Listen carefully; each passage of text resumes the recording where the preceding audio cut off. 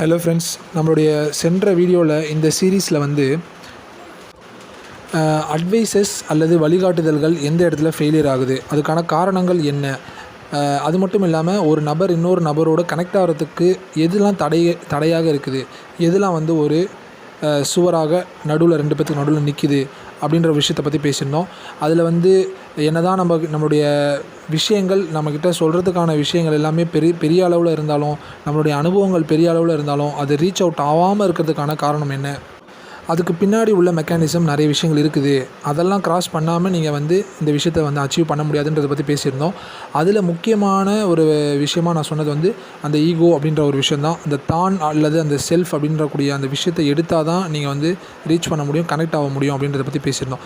அதுக்கு என்ன தேவை, அப்போ இன்னொருத்தரோட நம்ம கனெக்ட் ஆகிறதுக்கு வந்து என்ன தேவை அப்படின்னு யோசிச்சிங்கன்னா, எம்பத்தி அப்படின்ற ஒரு விஷயம்.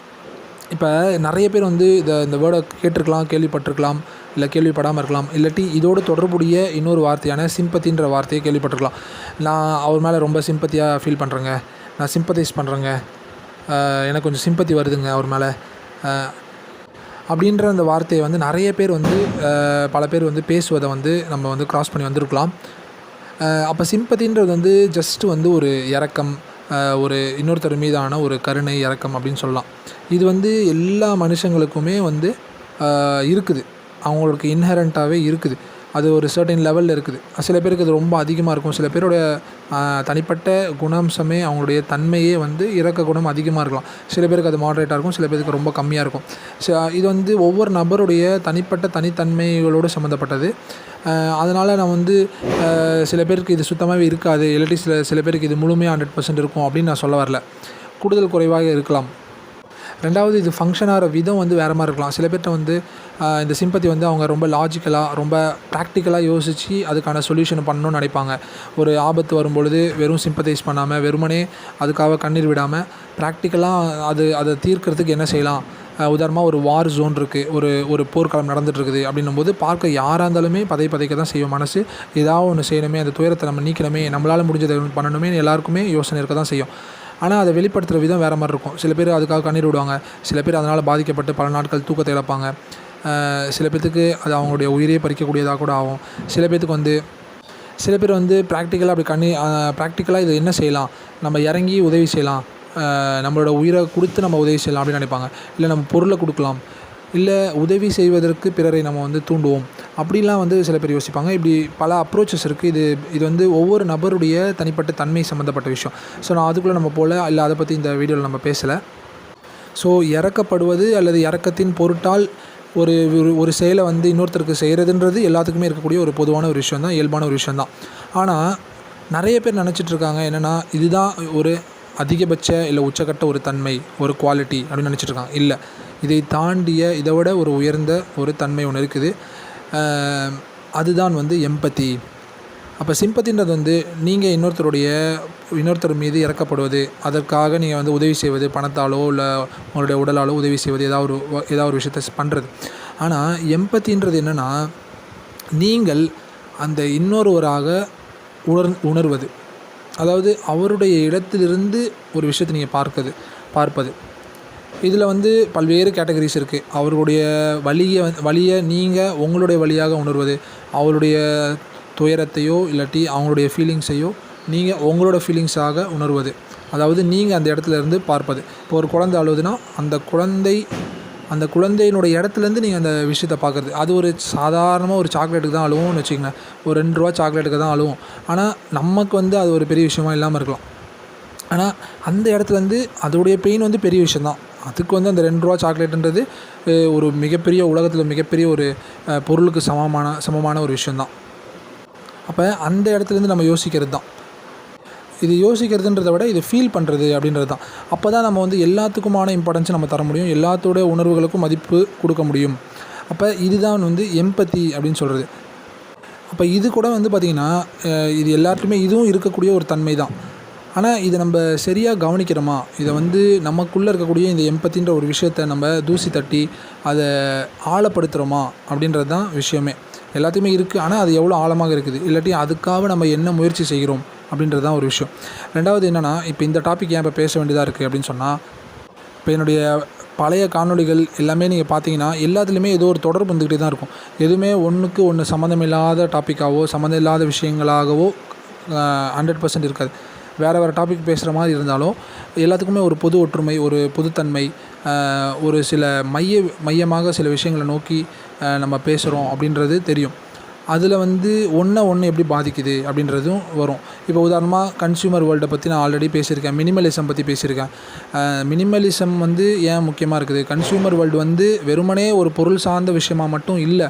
அந்த கன்சியூமர் வேர்ல்டு வந்து நம்மளுடைய வேல்யூஸ், நம்மளுடைய மாரல்ஸ், நம்மளுடைய எம்பத்தி, நமக்குள்ளே இருக்கக்கூடிய ஹியூமனிஸ்டிக்கான தன்மைகள், இது எல்லாத்தையுமே டிஸ்டர்ப் பண்ணக்கூடிய ஒரு விஷயமா இருக்குது. ஒரு பொருள் ஆசைன்றது வந்து வெறும் பொருள் ஆசையோடு முடிஞ்சிச்சுன்னா வேறு விஷயம். அது பொருள் ஆசையை அவன் பொருள் நிறைய வாங்கி சேர்த்துட்டான், அதோடு முடிஞ்சு போனது அப்படின்னு நம்ம சொல்ல முடியாது. அந்த பொருள் ஆசை அவன் கண்ணை மறைச்சி வேறு மாதிரி அவனை வழிகெடுக்கவும் செய்கிறது இல்லை. அதனால் நம்ம எல்லாத்தையுமே தொடர்பு படுத்தி பார்க்க வேண்டியது இருக்குது. ஸோ இதோடைய சைக்காலஜிக்கல் இம்பேக்ட்ஸ் வந்து பல்வேறு விஷயங்கள் இருக்க தான் செய்யுது. ஸோ அப்படிப்பட்ட ஒரு சூழலில் வந்து எம்பத்தி அப்படின்ற இந்த விஷயம் வந்து இன்றைக்கி மிக குறைவாக பேசப்படுகிறது. மிக குறைவாக தான் இதை பற்றி டிஸ்கஸ் பண்ணுறாங்க.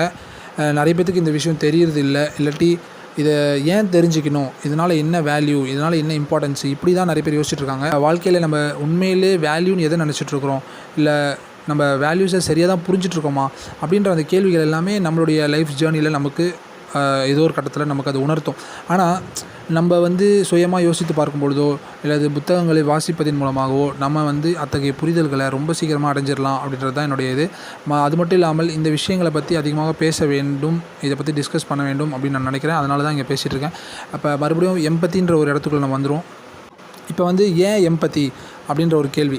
நீங்கள் வந்து வெறுமனே நான் வந்து ஒருத்தனுடைய கஷ்டத்தை பார்த்து அவனுக்கு என்னால் முடிஞ்சதை நான் செஞ்சுட்டு போயிட்டே இருக்க போகிறேன். என்னால் முடியலன்னா நான் இன்னொருத்தன்ட்ட சொல்லி அவனுக்கு உதவி செய்ய சொல்ல போகிறேன். அதோட முடிஞ்சு போச்சுல.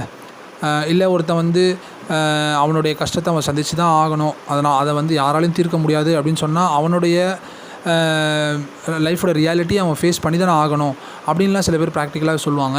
அதெல்லாம் ஒரு பக்கம் இருக்கட்டும். இப்போ நான் என்ன சொல்கிறேன்னா வந்து நீங்கள் ஒரு பர்சனலாக ஒருத்தர்கிட்ட வந்து கனெக்ட் ஆகணும், உங்களுடைய வார்த்தைகள் இன்னொருத்தரால் மதிக்கப்படணும், இல்லாட்டி நீங்கள் சொல்லக்கூடிய விஷயம் உண்மையிலே ரியலாக ஒருத்தருக்கு லைஃபுக்கு யூஸ் ஆகணும் அப்படின்னு நீங்கள் நினச்சிங்கன்னா உங்களுக்கு கண்டிப்பாக எம்பத்தி தேவை இருக்குது.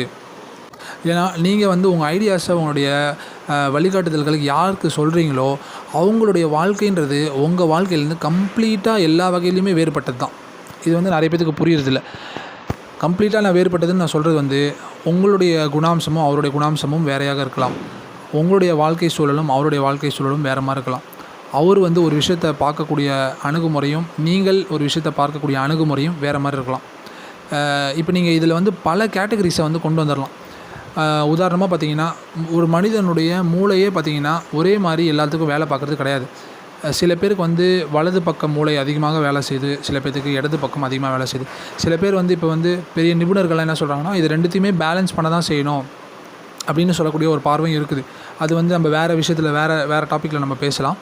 அப்போ வந்து இதனால் என்ன அப்படின்னு சொன்னால் ஒரு பக்கம் க்ரியேட்டிவ் சைடு, இன்னொரு பக்கம் வந்து பார்த்திங்கன்னா லாஜிக் சைடு. அப்போ மனிதர்களே வந்து பார்த்திங்கன்னா சில பேர் அதிக க்ரியேட்டிவாக இருப்பாங்க, அவங்க வந்து அதிக நுண்ணுணர்வு கொண்டவராக இருப்பாங்க, ரொம்ப வந்து ஒரு மாதிரி ட்ரீம், அவங்களுக்குள்ள இமேஜினேஷன்ஸ், க்ரியேட்டிவிட்டி இந்த மாதிரி தான் இருப்பாங்க. அவங்க வந்து கலை, இலக்கியம், ஓவியம் இந்த மாதிரி தான் போவாங்க. இன்னொரு சைடு வந்து லாஜிக்கல் பீப்புள், அவங்க வந்து ரொம்ப அறிவாளிகளாக, கணக்கு சம்மந்தப்பட்டவர்களாக, வாழ்க்கை வந்து எல்லாமே வந்து இப்போ ரொம்ப ப்ராக்டிக்கலாக பக்காவாக யோசிக்கக்கூடியவர்களாக அந்த மாதிரி இருப்பாங்க. சயின்டிஸ்ட் ஆவாங்க, டாக்டர்ஸ் ஆவாங்க. ஸோ இது வந்து இப்படி வந்து மனிதர்களே வந்து பார்த்திங்கன்னா பல கேட்டகரி இருக்காங்க. பல்வேறு வகையில் வந்து அவங்களுடைய குணாம்சத்திற்கு ஏற்றவாறு தான் அவங்க உலகத்தில் ஒரு விஷயத்தையும் அணுகுறாங்க. ஸோ இது வந்து ஒரு தனிப்பட்ட ஒருத்தருடைய ஆளுமை, ஒருத்தருடைய பர்சனாலிட்டி. அது தவிர பார்த்திங்கன்னா அவர் வளரக்கூடிய சூழ்நிலை, அவருடைய வாழ்க்கை சூழ்நிலை, குடும்ப சூழ்நிலை. இப்போ நீங்கள் ஒருத்தர் உபதேசம் பண்ணி இன்னொருத்தருக்கு உங்களுடைய வாழ்க்கை சூழல் வேறு மாதிரி இருக்கும். நீங்கள் வேறு ஒரு பின்புலத்தில் வாழ்ந்தவராக வந்து இன்னொருத்தருக்கு நீங்கள் ஒரு உபதேசத்தை கொண்டு போய் சேர்ப்பீங்க. உங்கள் லைஃப் உங்களுக்கு என்ன விஷயத்தை கொடுத்துச்சோ அதை தான் நீங்கள் இன்னொருத்தர்கிட்ட ப்ளேஸ் பண்ண ட்ரை பண்ணுவீங்க. ஆனால் அவர் வந்து உங்கள்லேருந்து கம்ப்ளீட்டாக வேறு ஒரு லைஃப் ஸ்டைலில் உள்ளவராக இருப்பார்.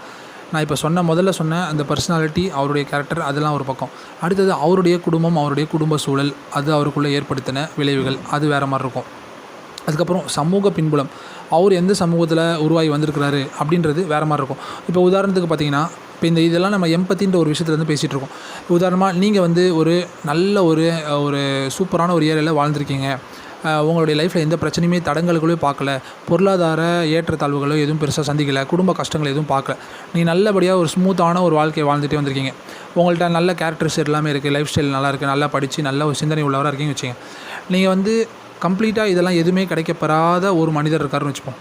ஒருத்தன் இருக்கான், அவன் வாழ்ந்த பின்புலம் எல்லாமே வந்து பார்த்திங்கன்னா ரொம்ப ஒரு போரான ஒரு பேக்ரவுண்ட், ஒரு போரான ஒரு செட்டப்பில் வாழ்ந்திருக்கான். குடும்பத்தில் நிறைய வந்து கஷ்டங்களை சந்திச்சிருக்கலாம்னு வச்சுக்கோம்.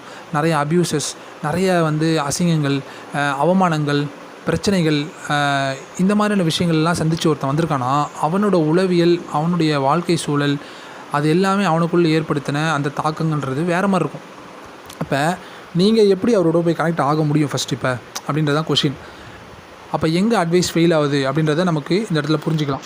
நீங்கள் உங்கள் விஷயத்தை கொண்டு போய் அவங்கள்ட்ட சேர்க்கும் பொழுது ஜஸ்ட் லைக் தட் போயிட்டு, இங்கே பாருப்பா நான் உனக்கு சொல்கிறேன், உன் நல்லதுக்கு சொல்கிறேன், இதெல்லாம் கேட்டுக்கோ அப்படின்னு சொன்னீங்கன்னா அதனால் எந்த ஒரு யூஸும் ஆக போகிறதில்ல. அவர் யார், அவருடைய பின்புலம் என்ன, அவருடைய பிரச்சனைகள் என்ன, அவருடைய கடந்த கால வரலாறு என்ன, இப்போ ஒவ்வொருத்தருக்கும் ஒரு மாதிரி இருக்கும். இப்போ நீ ஒரே ஒரு சோஷியல் செட்டப்பில் ஒரு குறிப்பிட்ட சமூக பின்புலத்தில் ஒருத்தர் ஒரு 3 பேர் இருந்தால் கூடமே அந்த 3 பேரும் ஒரே மாதிரி இருக்க மாட்டாங்க. ஒரே சமூக பின்புலத்தில் தான் 3 பேர் இருப்பாங்க, ஆனால் அந்த 3 பேருமே 3 விதமாக இருப்பாங்க. அப்போ இதுக்குள்ளே எத்தனை டைமென்ஷன்ஸ் ஒரு மனிதனுக்கு உருவாகுது. ஒரு செட்டிங்கில் ஒரு 3 பேர் வளர்றனாலே அந்த 3 பேரும் ஒரே மாதிரி இருப்பாங்க அப்படின்னு சொல்ல முடியாது இல்லையா? ஒவ்வொருத்தருக்கும் ஒரு தனித்தன்மை இருக்குது. அவர்கள் அந்த பின்புலத்தை எப்படி உள்வாங்கிக்கிறாங்க, அவங்களுடைய குடும்பம், மற்ற கலாச்சார விஷயங்கள் எல்லாம் அவங்கள என்ன வகையில் பாதிக்குது, இல்லை அவர் தன்னுடைய வாழ்க்கை பயணத்தில் அவர் என்னென்னலாம் சந்திச்சிருக்கிறாரு, யாரெல்லாம் பார்த்துருக்குறாரு, அதில் எத்தனை பேர் நல்லவங்க, எத்தனை பேர் கெட்டவங்க, அந்த நல்லவர்கள் கெட்டவர்கள்ட்டேருந்து அவருக்கு என்னென்னலாம் கிடச்சிருக்கு, அது அவருக்குள்ளே மைண்டுக்குள்ளே என்ன வகையான ஒரு மெக்கானிசத்தை க்ரியேட் பண்ணியிருக்கு, இது எதுவுமே நம்மளால் ஐடென்டிஃபை பண்ண முடியாது. அப்படி பார்க்கும்பொழுது ஒவ்வொரு தனி நபருமே ஒரு மிகப்பெரிய ஒரு புதிராக தான் இருக்கிறாங்க, ஒரு பெரிய பசில் மாதிரி இருக்காங்க. அப்போ நம்ம மேலோட்டமாக நம்ம வந்து இந்த உலகத்தை பார்க்கும்பொழுது என்ன பார்த்தீங்கன்னா, நம்ம எல்லாமே வந்து ஒரு பொதுமைப்படுத்தி ஒரு ஜென்ரலைஸ் பண்ணுறோம். இந்த சமூகத்தில் உள்ளவங்க இப்படி தான் இருப்பாங்க, இந்த ஒரு பேக்ரவுண்டில் இருக்கவங்க இப்படி தான் இருப்பாங்க அப்படின்னு நம்ம எல்லாத்தையும் ஜென்ரலைஸ் பண்ண ட்ரை பண்ணுறோம்.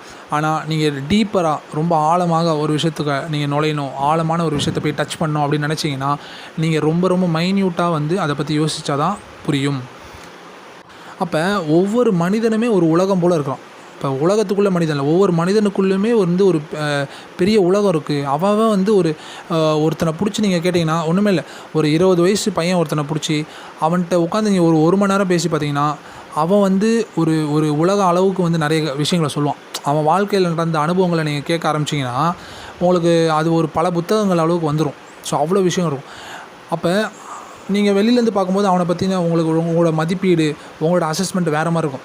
ஓகே, இவனா இந்த பையனா இங்கேருந்து வந்திருக்கான், இந்த மாதிரி இருப்பான், அந்த மாதிரி இருப்பான் அப்படின்னு நீங்களே வந்து ஒரு கருதுகோள்களை நீங்களே உருவாக்கிப்பீங்க உங்கள் மைண்டில், கேல்குலேஷன்ஸை.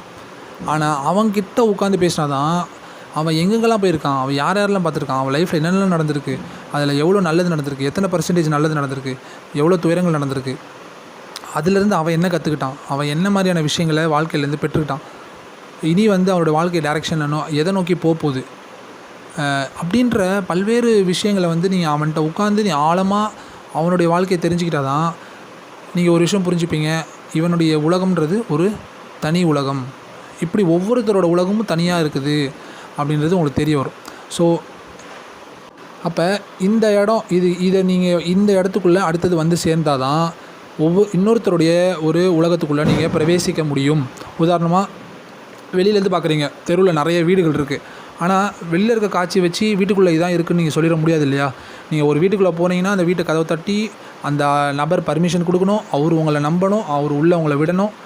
அப்புறம் உள்ளே விட்ட பின்னாடி தான் நீங்கள் வீட்டுக்குள்ளே போய் அந்த வீட்டில் என்ன இருக்குன்றதை எக்ஸ்ப்ளோர் பண்ண முடியும். அதன் பிறகு தான் நீங்கள் வந்து அவருடைய வரலாறு, அவருடைய கடந்த காலம், அவருடைய வாழ்க்கை இதெல்லாம் நீங்கள் தெரிஞ்சுக்க முடியும். இப்போ இத்தனை வந்து நிலைகள் இருக்குது. எடுத்தடுப்பில் நீங்கள் வந்து வெளியிலேருந்து பார்த்ததை வச்சு நீங்கள் இதான் அப்படின்னு சொல்லிட முடியாது இல்லையா? ஸோ இன்னொருத்தருடைய மனதை ரீச் பண்ணுறது, இன்னொரு நபருடைய மனதை வந்து நீங்கள் சென்று அடைவதுன்றது பார்ப்பதற்கு கேட்பதற்கு அவ்வளோ சுலபமாக இருந்தாலும் அதுதான் மிகப்பெரிய ஒரு கஷ்டமான ஒரு விஷயம். அப்போ இந்த இடத்துல தான் நம்ம சில விஷயங்களை புரிஞ்சுக்கணும்.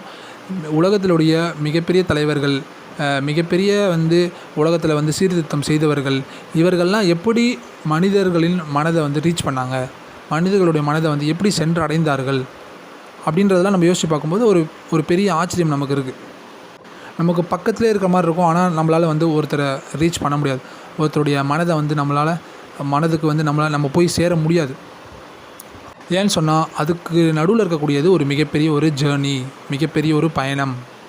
இப்போ நீங்கள் இவ்வளோ இடத்த வந்து நீங்கள் க்ராஸ் பண்ணி வந்த பின்னாடி தான் ஒருத்தருடைய மனதை நீங்கள் ரீச் பண்ண முடியும். மனதை நீங்கள் வந்து ரீச் பண்ண பின்னாடி தான் இப்போ இதில் வந்து இன்னொரு ஒரு வியூ ஒன்று இருக்குது. நிறைய பேர் வந்து ஈஸியாக வந்து மூளையை வந்து ரீச் பண்ணிடுவாங்க. அதாவது இன்னொருத்தருடைய சிந்தனையை, அறிவை வந்து ஈஸியாக நீங்கள் ரீச் பண்ணிடலாம். அது வந்து நீங்கள் ஒரு சில கவர்ச்சிகரமான விஷயங்களை மூலமாக நீங்கள் வந்து ரீச் பண்ண முடியும். நீங்கள் ரொம்ப அறிவாளித்தனமாக பேசுனீங்கன்னா ஒருத்தரை ரீச் பண்ணிட முடியும். உங்களுடைய திறமையின் மூலமாக ஒருத்தரை ரீச் பண்ண முடியும். வேறு ஏதோ சில விஷயங்கள் மூலமாக இன்னொருத்தரை நீங்கள் அவங்களுடைய மூளையை நீங்கள் கவர்ந்துட முடியும், அட்ராக்ட் பண்ணிட முடியும். ஆனால் நிறைய பேர் வந்து ஃபெயிலியர் ஆகக்கூடிய ஒரு இடன்றது வந்து இன்னொருத்தருடைய மனசை ரீச் பண்ணுறது தான். இப்போ நம்ம இங்கே பேசிகிட்டு இருக்கிறது எல்லாமே அந்த மனதை தொடுவது அப்படின்னா அந்த 2 பர்சனுக்குள்ளே ஏற்படக்கூடிய கனெக்ஷன், மியூச்சுவல் கனெக்ஷன் அப்படின்றது தான். இப்போ பல பேர் வந்து முதல் ஸ்டேஜ்லேயே வந்து ஃபெயிலியர் ஆயிடுவாங்க. அவங்க அந்த ஈகோன்ற பேரியர், அந்த சுவரை வந்து தாண்டி வர முடியாதனால அங்கேயே நின்று போயிடுவாங்க. அதை தாண்டி வந்தவர்களுக்கு அடுத்தது இதில் என்ன செய்யணும், என்ன பண்ணணுன்றது புரியாது. இல்லை ஏன் வந்து இன்னொருத்தரோட லைஃப்பை தெரிஞ்சுக்கணும், இல்லாட்டி இன்னொருத்தரோட நீங்கள் கனெக்ட் ஆகிறதுக்கு உண்மையிலே ஆத்மார்த்தமான ஒரு பிணைப்பை, ஒரு நட்பை வந்து உருவாக்கிக்கிறதுக்கு இதெல்லாம் எவ்வளோ அவசியமாக இருக்குது அப்படின்றது நிறைய பேருக்கு தெரியாமல் இருக்கலாம். அவர்களுக்கு இதன் மூலமாக ஏதோ ஒரு சின்ன வகையில் ஒரு அறிவு இல்லாட்டி ஒரு இன்சைட், ஒரு ஐடியா கிடச்சிச்சின்னு சொன்னால் அது எனக்கு சந்தோஷம்தான். தொடர்ந்து இதை பற்றி நம்ம அடுத்த இதில் பேசுவோம்.